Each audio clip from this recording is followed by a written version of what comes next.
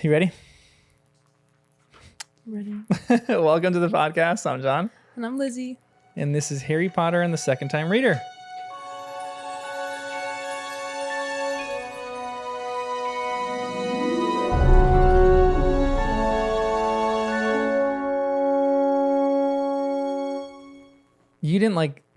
Please tell me you didn't like the Groph chapter. No, I did not. Yes. Oh, such vindication. Yeah, Groff's not really my... No, I don't like him. Doesn't it drive you crazy? Like, everything that happens in that chapter drives me absolutely crazy. Yeah. Just like the fact that he's dragging them along, it's crazy to make them take care of him. Mm-hmm. Groff is crazy. Yeah. Do you think Hagrid is irresponsible for making him take care of him? Like, I mean, we can talk about the ethics of, was Hagrid right to take him away from his tribe? Or his clan? I think he was not right for doing that. But, like, I'm confused because he's his brother. But then it also Half-brother. seems... Okay. We talked about how that works last podcast. Yeah. But anyway, I feel like his intention, I think, was to prove to people that giants can be normal. Mm-hmm. But he's like using his half brother as like an example of that. It felt very sideshowy to me and weird. Yeah. Because I was like, you yourself, Hagrid, like you can be that example to people. Yeah, seriously, yeah. But I don't know, his brother's crazy. But his brother is full giant again. He's half giant. Hagrid's half giant.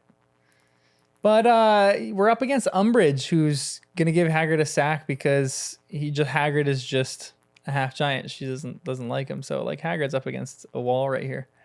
But it annoys me so much. This whole side quest annoys me, and then the fact that Hagrid's like, oh, you gotta take care of him. Come out here all the time that you can, and even just have company with him. And you're like, Hagrid, they're in the middle of school, and he's a giant. And these are students. And he's not asking them to take care of him either. He's asking them to hang out and talk to him as if that's going to do anything. But I mean, I don't understand why everyone was so like convicted to keep the promise. Like I would have just been like, yeah, sure. And then just not done anything. But they really were having like a moral dilemma about like lying to Hagrid. Well, I like that they're having a moral dilemma lying because they don't want to lie to Hagrid. They don't want to be like, no, we won't do this. They're like a loyal friend to him, but there's a point to it where Hagrid's just irresponsible. Like, again, it's one of Hagrid's shining achievements, but he's so kind and he's so good that he doesn't even think about like how immature he is. But I don't know. Part of me is like, he's got to get some friends his own age and ask his friends his own age. Yeah. To do this, I don't think he warned them about the centaurs or was going to until they attacked them either, which would also be crazy. Yep. Which is very, very dangerous. Yeah. I think Hagrid assumes everyone's like on his level with the forest and all that kind of stuff, which is that shouldn't happen. Nope. Hagrid does mention in this chapter too that he is going to help Dumbledore when he gets sacked. Yeah. What do you think Dumbledore was doing? Because you have read to the end of this book, so you know the end of this book. But what do you think Dumbledore was doing in the meantime of he got sacked, in between when he goes to the Ministry of Magic to help? I don't know, because it didn't seem like he was at Grimmauld Place. Yeah. But I don't know. Horcrux hunting. I don't know what that is. You're like, whatever that is. I don't know what it is yet, but. I don't know. We didn't learn that, right? He didn't really say like what he did when he was gone. He just like explained all of his knowledge that he gained, right? Like Dumbledore never. When does he explain it? Did he say that where he went? Mm-mm. Okay, that's what I'm asking. It's just all conjecture, which I don't like.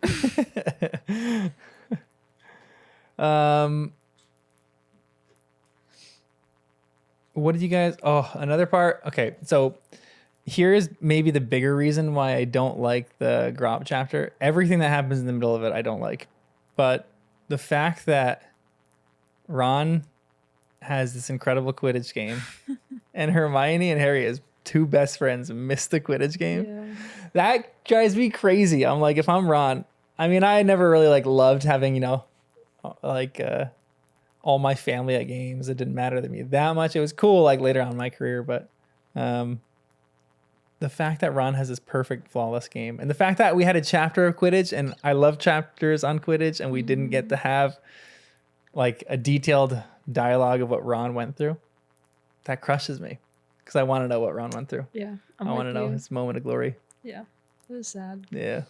But he didn't seem super bummed that they weren't there once they explained. Yeah, for sure. I was kind of I was not hoping. I don't know that like it was gonna annoy him, and then they were gonna get in a big fight again, and then like they wouldn't be talking. But he was pretty chill about it. Yeah, he was pretty chill about it. It's good. Do you have anything else in chapter 30? In chapter 30, Grop? I almost want to just stop this chapter because it's so annoying to me. Let me see my few sentences. Your extensive notes. Oh, this is not related to Grop, but it's in this chapter. But it was like, this is just a little quote about Harry. He also suspected that part of his mind, the part that often spoke in Hermione's voice, now felt guilty on the occasions it strayed down that corridor, ending in the black door, and sought to wake him before he could reach the journey's end. So that's like a random thing that doesn't make sense out of context, but Harry's conscience is speaking in Hermione's voice, which I think speaks volumes about him as a character, and just the fact that like he doesn't even think for himself in his own voice like that. Like the precautionary thoughts are coming in Hermione's voice because like that's the only place that it's coming from. He has literally no filter other than what Hermione would think. Yeah, so I feel like we can discount Hermione for being annoying and like overly cautious or such a rule follower, but like that's really the only thing that's kind of guiding Harry at this point, which is a good thing. Yeah, I want to talk about that. We'll talk about that a lot when we actually get there, because Hermione's voice through this whole section at the end of the book is the only voice of reason, really. Especially when Harry's like convinced that he needs to go to the Ministry of Magic, and Hermione's just like, let's relax for a second and figure this out. But Harry just doesn't listen, which we'll get to. Chapter 31 is OWLs. We forgot to do a quick summary of Grop, which is fine because we could just skip over that. But OWLs is... You want to help me give a summary of this one? If you remember this one? It's like, I don't remember anything. I'll read this 2 days ago. The individual chapters, I know. They take their owls. Does anyone call it an owl? I don't. Yeah. I've never said OWL. Yeah, you can just say owls. Yeah. Okay. They take their owl exams. And then in the last one, on the tower during their astronomy exam, it's like there's a ruckus by Hagrid's cabin. Yeah. And then Hagrid gets attacked by Umbridge and other people. And then McGonagall tries to save him. And she gets stunned. Yeah, by a bunch of people. Yeah, like 4 or 5. Yeah.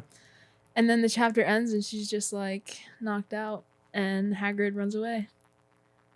And I was crying. Really? Yeah. Actually, this whole like last 8 chapters, I was just like in and out of crying the entire time. It was bad. There's emotional moments in these chapters. It's really sad. Like, why was this one really sad for you? Just because the Hagrid moment, the McGonagall moment? I think it was just like stressing me out. And then I was like, I really don't want McGonagall to die. Yeah. And I wasn't sure if she was gonna die, but then also the fact that she was running to save Hagrid. Yeah, I was like confirming all of my beliefs. But yeah, that was just like, I wasn't like crying. I was just like, you know, like a tear. A single tear comes down. That one tear. No, yeah, it was sad to me, but it all works out. Yeah, it all works out for sure. For sure.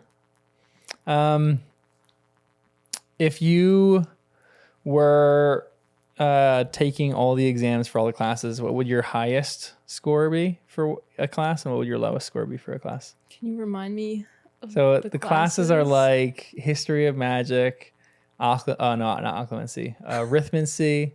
Just depends on what you're taking too. And also say what those words mean.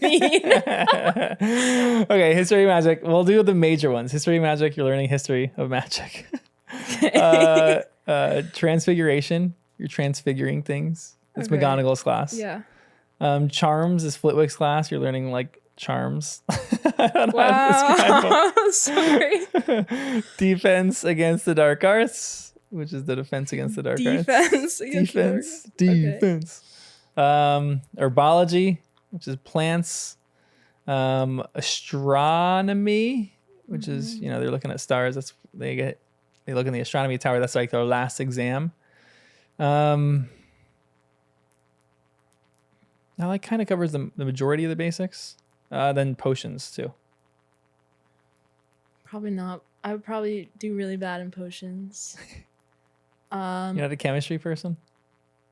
No, I'm not like a good direction follower. Like I would just mess up simple instructions. But I would probably do pretty good in, honestly, history of magic, because you just gotta regurgitate information. Probably herbology, because I would enjoy it. And then, I don't know, either like something hands-on. I feel like I would be good at, like transfiguration or. I feel like you'd be good at defense against the dark arts. Yeah, if I was in the DA, then I would do good. You get like a little training there. Yeah, that's why it's fun that all the DA students are the ones that are doing really well in that exam. Like a little callback. It's kind of nice. Yeah, those are probably my top 3. Okay, so here's another maybe a random question that kind of comes out of this chapter, but one of the examiners says, "I dare say the Ministry of Magic will track him down soon enough," talking about Dumbledore. "I doubt it," shouted tiny Professor Marchbanks. "Not if Dumbledore doesn't want to be found. I should know. Examined him personally in Transfiguration and Charms when he did Newts. Did things with a wand I'd never seen before." So give me what you think is the power ranking of how skilled a wizard is. Like, give me your top 3 most skilled wizards that we've encountered in the entire series so far. Dumbledore is number 1? Yeah. Okay. Dumbledore, Tom Riddle / Voldemort. Okay. Is 2. I don't know who the third one would be. Maybe like, I don't know. I have no answer. Snape. Really? I don't know. Okay. Maybe like one of the Marauders. All right. I don't know. I don't have like a third. I just know that those Just are like those the 2 two, ones. yeah. And they're like competing for I kind feel of the like best a spot. third person hasn't been advertised that much as being the most powerful. Okay. Maybe. We'll see. Some brief mentions of some people. Like a former Hogwarts head. No, I mean, it's really debatable who's like the best and who's like not the best. People have like their power rankings of wizards all the time, but Voldemort and Dumbledore are definitely in most people's like top 5. I would say Harry would become one, but like right Yeah. now, I don't think he's comparable. I have like, I don't know if Harry's he's good at certain things. I don't know if he has the balance to be really, really good at a lot of stuff. Like, I think my power rankings are maybe a little weirder. Like, I would throw Tonks in the mix of all these people. Oh yeah. Because she's just one of my favorite Good. characters and I love her. But she was like one of the youngest Aurors selected. She's like one of the last Aurors that they selected. And like, there's been like 3 or 4 years when they haven't been able to hire another Auror because no one's been able to pass the tests. So it just shows how good Tonks is for some of this kind of stuff. I also felt like the reason there's no new Aurors is that the ministry is like manipulating that so that they can just have more dark arts go by. I think that's probably part of it. To be honest, I never really thought about it that way, but I think that's definitely part of it where they're maybe they made the test harder so that they can get, whatever they want a little easier. I don't know. It's a really good point. Who else? Tonks. You said there's like 5. Tonks. I mean, Kingsley's in there for people who think that like he's a skilled wizard. Sirius is in there. Lupin's definitely in there. Fred and George make it. Fred and George are pretty talented and skilled. They essentially become like weapons contractors later on in the books, which is pretty impressive. I guess I just don't have like a benchmark of what I would rate people against. Yeah. Because, yeah, like, those are powerful wizards, but I don't know how they're actually... Like, Fred and George are goofy to me. Yeah, for sure. Yeah. So I wouldn't be like, oh, they're the most powerful wizards. But in terms of, like, inventing new things and, like, charms and, like, happy magic, that's pretty powerful. Like, happy magic versus sad magic, yeah. Like, they're inventing all kinds of new stuff like that. Yeah. Yeah. Yeah, it's a fair point. Would you be on Harry's side just like naturally? Say you're like one of the posse. Would you just be on Harry's side? If it's someone that you love, you're probably like Harry, you know, you're like, oh, I don't care. I'm going in. I don't have to check. I'm just going. But would you do the same thing if it was just like, you know, somebody that you loved and that it was somebody that person loved? Like Sirius doesn't, if you're Ron, Sirius doesn't mean that much to you. Mm-hmm. Would you still blindly go with Harry? Maybe not blindly, but would you still just go with Harry? Yeah. I love that. I would support because he needs help. Yeah. And like, what am I going to lose? Mm-hmm. So I'll go help. And if it's fake, I guess there's danger. What do you have to lose? Your life. Yeah. You're going into Voldemort's lair right now. You die, you go out with a bang. But like, if he's not there and it's not real, either you're in mortal danger or it's just like, oops, that was a mistake. You know, like that's only a 50% chance. Some huge extremes. Yeah. But then if he is there and you save him, that's awesome.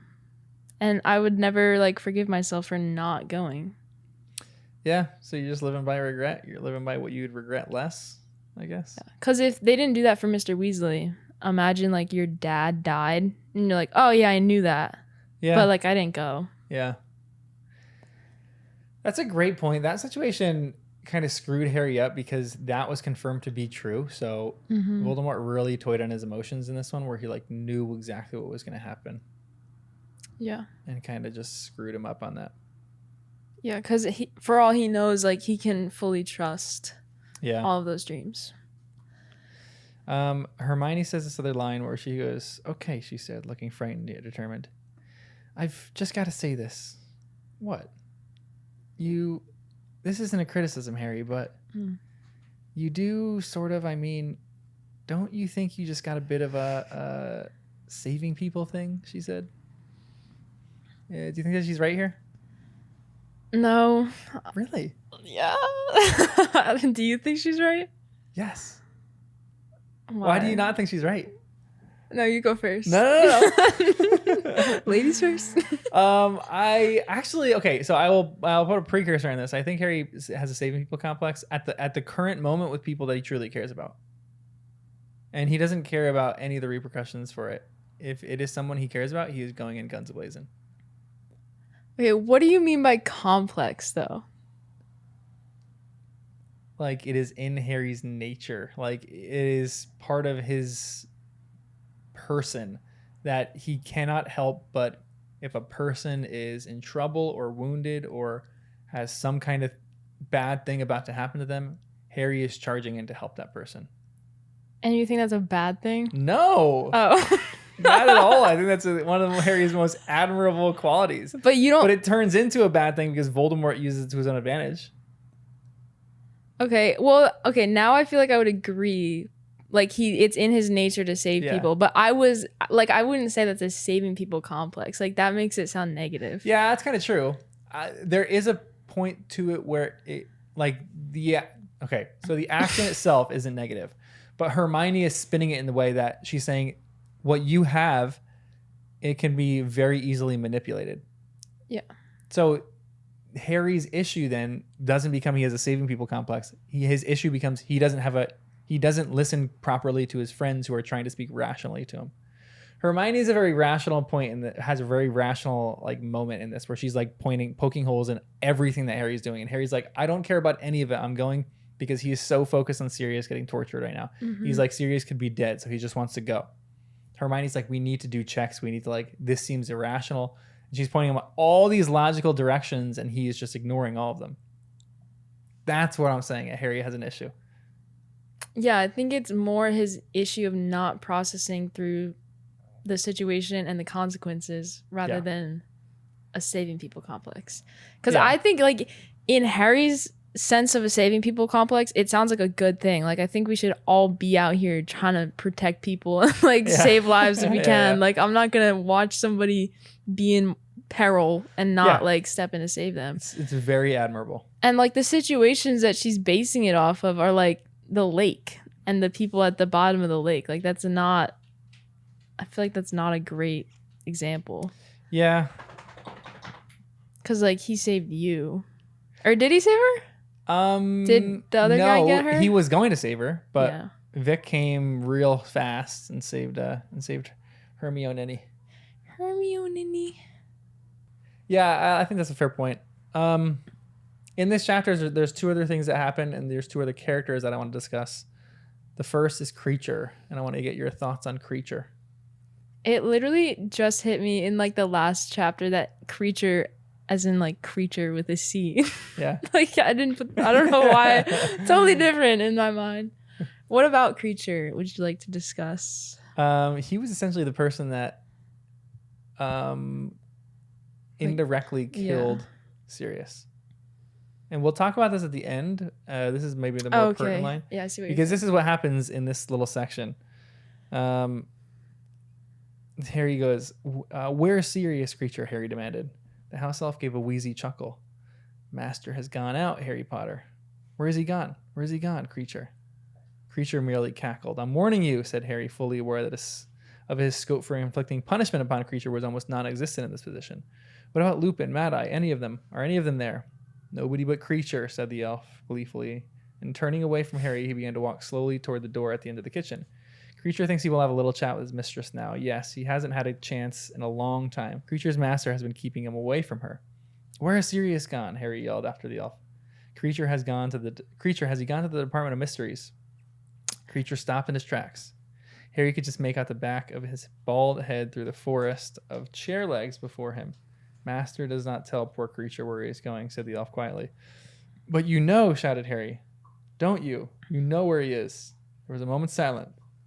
And the elf let out his loudest cackle yet. "Master will not come back from the Department of Mysteries," he said gleefully. "Kreacher and his mistress are alone again." So he's lying. Yeah. He hurt Buckbeak's wing. Sirius is upstairs attending to Buckbeak. Mm-hmm. And he was essentially the person that screwed this whole thing up. I was mad that Harry asked if he was in the Department of Mysteries because I was like, if he's not, you're kind of like giving away that something's happening there. Yeah, okay, that's a fair point. So like you think Kreacher can go spy and be like, okay, this is where he's going. This is what he's asking about. I feel like Kreacher could tell because he's answering to Sirius's mom. No, he went away. So this is the thing. In one of the little parts of this book, Sirius is fed up with Kreacher and he says, "Get out." Mm-hmm. And Kreacher takes that as a permission to get out of the house. Yeah. He goes to the Malfoys and he goes to Narcissa, Lucius, and Bellatrix. And he feeds them information, and he fed him the little bit of information that Harry has a really deep relationship with Sirius. And it's like a really good relationship. And that's what they exploited. So who does he answer to, though? He answers to Sirius. Sirius is his master. He can't really answer to the portrait. He idolizes the House of Black, but his true master is Sirius, because Sirius is really the last like member of the family that he served. He hates Sirius because he thinks Sirius like disagreed with or like ran away from the family and like abandoned the family. So he hates Sirius with everything in him. Mm-hmm. But that was just a once and done telling the Malfoys? Yeah, pretty much. Yeah, I don't like Kreacher. Okay, then what do you think about Snape in this chapter as well? What is he doing? He's just like pretending not to notice. Yeah, kind of. He comes into the office and he's like Harry has his outburst of saying they have Padfoot where the thing is hidden. And then Snape just turns. Yeah. And leaves. No, I mean, what else is he supposed to do? Okay, then do you know what does Snape do then? Like toward the end of the book, you actually kind of learn that he actually. Yeah. Well, he goes. Doesn't he he warns the Order through some form of communication that we don't know, And then he goes down when he realizes they're in the forest. Mhm. And he tries to save them in the forest, but then I don't think he can. Okay. And then he's like back. I don't know. So I guess one of my main questions for this is, do you think like these are characters who are slightly confusing? Kreacher just seems like a little bit evil.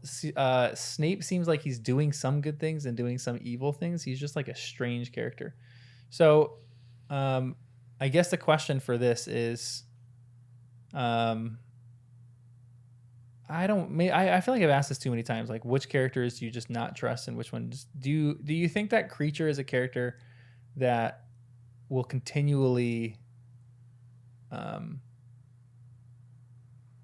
like, be a spy against them? I think he's limited in his abilities just based on being a house elf. Like, he does have to listen. Well, now Sirius is dead. I know. Hold up. So who's Kreacher's master? I guess it's I have no idea. Does it go through the family? Because like the mom is already gone. Okay. I don't know. I feel like now he's just free and he's gonna be bad. I don't know. Don't hold that to me. Okay. But I don't really trust him. Like house elves can break their promises and they can go off and do their own thing, in the sense like the case of Dobby doing that. Yeah. So I don't have perfect trust that house elves, just because they are told to do something, are actually going to do that. Mm-hmm. So I don't know. Everybody else seems to trust him enough. Like, Yeah, for he's sure. literally in the headquarters. They said they wanted to like send him So- away, but he couldn't because he just knew too much information at that point. Yeah. So there's definitely characters that you trust and you don't trust, but there's we have no trust for Umbridge, right? Yeah. What did you think about her being the one that sent the Dementors? I think you knew that kind of from the beginning. That Yeah. was like one of the small details from the beginning. Yeah, I definitely remembered that. It was interesting because she wasn't really in like a place of super high power at the Ministry, Mhm. which I didn't remember that. I thought she sent them like as powerful Umbridge, but yeah.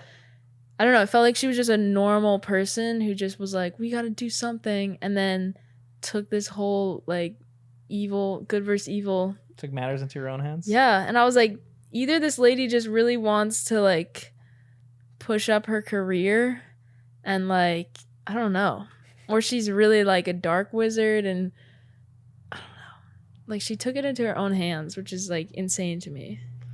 And then she kind of climbed the ladder and then got to the point where she had like way more power to dish out all the bad things that she wanted to do. Yeah. It shows dogs fighting out there right now. It shows how skewed the Ministry is right now too. That she's not even going rogue. She's like doing things within the parameters of the Ministry of Magic, and she's still able to do this and send the Dementors in the way that she needs to send them. It seems like not a good thing. Yeah. Yep. Good. Glad you agree. Next chapter is chapter 33, which is Fight and Flight.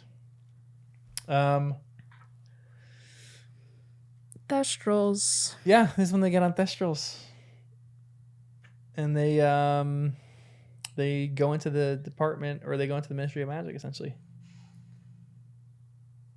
Pretty cool. Yeah, it's a fun chapter. Would you like riding on an invisible creature? I don't think so. I don't know. Be spooky. Yeah. No, I don't think I would. I'd want to see him. Okay. Yeah, I'm with you. It'd be really weird to ride on one of those.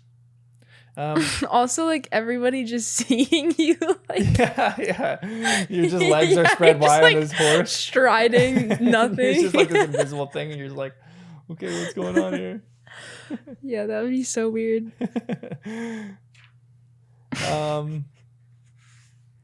I wonder. No, I think it's only witches and wizards who can see him. I wonder if like you've seen Death as a Muggle, if you could see Thestrals, and you're like, something weird is like popping up over those trees over there. Maybe if you've seen Death, you can see Bigfoot. Ooh, there you go. Look at that. We cracked the code. Crack the code. Love that. If you were leading Umbridge into the woods, what part of the woods would you lead her to? Like straight to the spiders. Yes. That was Same. such a smart technique I to just know. like I mean, we don't know too much of the woods right now. A lot of it's like mysterious still. Mm. But going off what I do know, spiders sound pretty great. Yeah, that'd be great. Pretty aggressive. Something I know would kill her. That's what I would take her to. Do you think that the centaurs killed her? I don't think so. Mm. No, they didn't. They didn't. Yeah, so it Yeah. says in the very end of the book they didn't. Yeah. Do you think that she's kind of out of the story now? Yeah. Be nice. I would hope so. Because I don't see like a return to Hogwarts happening for her. Yeah. Yeah, for sure. Unless there's like some serious government overreach and they completely go bad, then she's not coming back. But Yeah. I think she'll still be a character. okay. But I don't like this. I would feel like this is Umbridge's book. Yeah, yeah. for But I don't think she's so. not gonna be like a main character Yeah. like in this book, yeah. Harry has this line where he's like, these people are coming to him, and it says,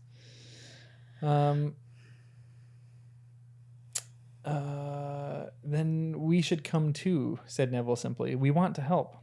That's right, said Luna, smiling happily. Harry's eyes met Ron's. He knew Ron was thinking exactly what he was. If he could have chosen any members of the DA, in addition to himself, Ron and Hermione, to join him in the attempt to rescue Sirius, he would not have picked Ginny, Neville, or Luna. Which I just think is rude in general, because they'd probably be my top picks, to be completely honest. But who would your top picks be from the DA? Probably them. Like, Honestly, I trust them. Yeah. And they've already kind of like earned their stripes a little bit. Yeah. Everybody else, just because they're like normal, quote unquote, people, like, I don't know. If These Fred, are like, they're sticking with you already through so much. I know, seriously. If Fred and George, we'll count them as one person. I would want to tag them on too. Yeah. I would Maybe- feel so safe going anywhere with Fred and George. Yeah, seriously. Yeah. It's such a cool part of their character too, because they're I think they're intensely good brothers, especially to Ginny. Yeah. Like I think we've talked about that before, but I think how they protect Ginny and how they look out for her and look out for the whole family and really prioritize family. You feel so safe going Yeah. anywhere with them. It's like a Yeah. great little tidbit from. Yeah. Okay, we'll do this last chapter, which is the Department of Mysteries. Also, that was the chapter that Grop is slightly more normal Yeah, for sure. and A actually little has bit. a vocabulary. But he has this is the funny part. He has a vocabulary. Hermie. He says, what does he say? Hager? Hager and Hermie. Yeah, Hermie. And Harry's like, he didn't know what he said. And I'm like, Harry, if Gromp is saying Hager and you don't know what the heck he's talking about, you have a serious comprehension problem. Yeah. You need to work those things out, I feel dude. like we already know that he has a comprehension. Yep, that's a great point. Okay, the Department of Mysteries. Let's jump into this chapter. It's a good one. Summarize it. So they just go into the Department of Mysteries. They see a few rooms. So when they walk into the Department of Mysteries and they see a bunch of different rooms. They see a brain room. They see a room that there's like sand, and the hummingbird seems to be like going in reverse and then coming in and being reborn. And then they walk into the this room with like a archway. With like Harry sees a The veil, veil. Luna sees a veil, Neville sees a veil, but the others don't see a veil. And then they walk into the prophecy room, which all these like little crystal balls. And it's like a little tour of the Department of Mysteries. It's a pretty cool chapter. But there's a lot of really interesting questions that pop up for this. And my first one is what are all these rooms about? It's stuff people don't know what it's about. What does that mean? If there's something happens in the wizarding world that no one can figure out, or there's like a mystery, you put it in the Department of Mysteries and someone has to solve it. Okay, like what is that thing that you solve? Like the Like you brains? work on it. I don't know. So there's just you like got to come up with a cases? thesis and a method, and you try to work through it and They're doing the scientific method. Yeah. Okay, trying to undo all these respectable. magic mysteries. Because I'm assuming it's kind of derived from people being able to invent magic. So like if one person invents magic and they die, maybe the magic lives on in the world, and then the rest of the people have to figure it out or study what happened. Were these just like objects or things that people found? Like this archway, people just found this archway and they like brought it to the Department of Mysteries and they're like, let's study this. It's actually a great, interesting theory. I don't know. Yeah, because it could be like somebody found it and it's like like how there's random mysteries about like Atlantis or like the Fountain of Life or of youth. Yeah, like somebody finds that. I don't know. I was thinking not in terms of the rooms that are actually there. I think those things like, I don't know if like love, the power of love and like Harry's protection, that would be one. Just stuff that's like beyond understanding or replication. But I don't know, like the whole brain thing, like that's weird. Like those are just normal wizards' brains. And they're like starting to attach to them. So the Department of Mysteries is a little bit more mystical, but like less at the same time. So we were only introduced into a few of these rooms, but Dumbledore gives us a little bit of insight later onto what these rooms actually are. So we'll talk about that even next podcast. But all these rooms are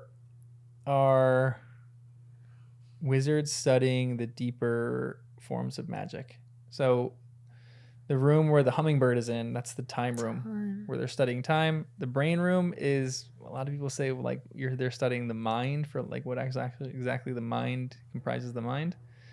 In the archway room, they're studying death. They don't really understand it. And the prophecy room is just like a side room off the time room, and they just like keep a record of all the prophecies. Dumbledore talks about there being a room of love, and they like keep that one under lock and key because it's like the most powerful thing that exists. So great. It's like love, great. So the interesting thing, you're adding an interesting component onto this, which is like where they actually got those objects. Like, did they just pull a random wizard's brain out and just like start doing studies on it? Or like this archway, did they invent this archway? Like, how did this magically get created? It's a fascinating question that I've never really thought about. Yeah, because it has to come from somewhere. Yeah, exactly. Yeah. So that's somebody. How they invented time turners is another fascinating one. But they seem to have like unraveled the mystery of that if they're utilizing a time turner already. Yeah. But I guess there's still stuff to study when they're using a time turner. Yeah, for sure. And what was the Sorcerer's Stone one? Was that like eternal life? Yeah, that was. Because that was kind of invented by.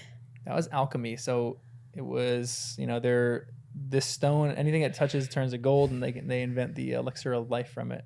That was by Nicholas Flamel. Yeah, so say that like the elixir of life exists. Nicholas dies because he didn't take it. Yep. And then now somebody else comes along, takes the elixir of life. Now they are like the reason to study this new mystery of where did this potion thing come from. Like that, I feel like is how something would end up in the Department of Mysteries. I kind of like that. Yeah. Someone just randomly comes across it and they drink it. It's actually fascinating.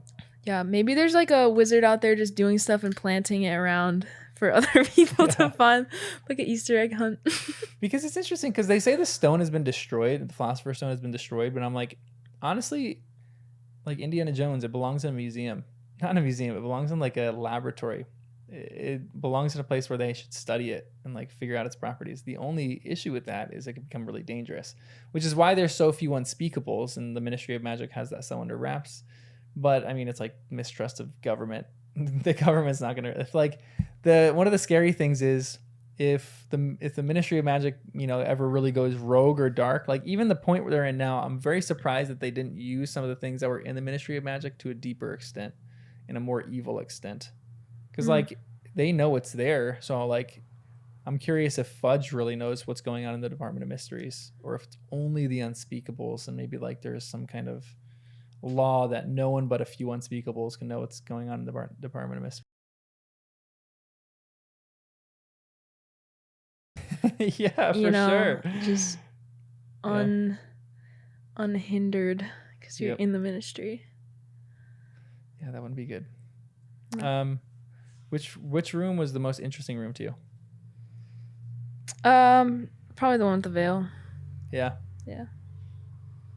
Yeah, Because for I sure. would be like, if I heard the voices on the other side, I'd be so enticed to go. But did Harry even understand that like that was death? I don't think he did. Because it wasn't like it wasn't his parents being like, "Oh, Harry, like come to us," you know. It Mhm. like there was no weird like temptation to go like to the people. It was just Yeah. like actual curiosity. Yeah. Which is a fascinating point. It was maybe like, the most recent people who have died who are beyond the veil or something, or just like there's a crowd of people behind it, all just whispering. It wasn't really like people that he loves, which is more like the Mirror of Erised, what the Mirror of Erised did. That would be a pretty devastating like torture device if like, you're trying to like what is the term? Euthanize someone or something like that. And you lead them to this mirror archway and it shows you all your loved ones and you just like walk through it willingly. It'd be pretty terrifying. It's like a terrifying side story. Yeah.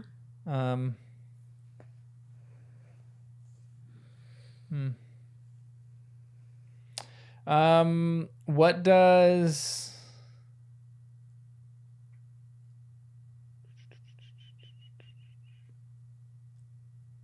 what this means now, right? SPT to APWBD, Dark Lord and question mark Harry Potter. What? The prophecy. So they collect this prophecy. And the prophecy says, there's a little note under it that says SPT to APWBD. I don't know what you're saying.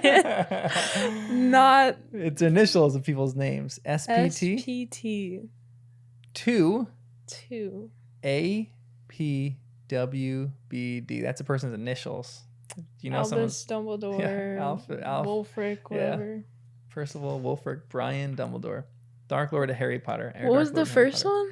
SPT. Do you know who that is? Sybil Trelawney. Yeah. Oh, actually, I predicted that as soon as they said like it was Sears and the Orbs. I was like, that's why Trelawney's at Hogwarts. Yeah. It was Trelawney who made the prediction. Yeah. And then I was so happy when that was I know. That was confirmed. verified, like So 3 chapters later. And your theory was that they're just protecting her there, right? I don't remember what I said. I think that was like the gist of your theory. That they were kind of just sitting there and they were making sure that she's safe. Yeah, like that they had some previous experience together and like, like witness protection program or something. I don't know. But yeah, it's still weird like how much time passes without her giving a real prediction or prophecy. She's giving real predictions all the time. Oh, sorry, I forgot. Yeah, she's 100% accurate. You know how this room is filled with all these prophecies? All those are prophecies. There's a prophecy in this room that says Neville dropped a teacup one day in Trelawney's class. Yeah, she comes up, shatters it on the floor. Neville. Yeah.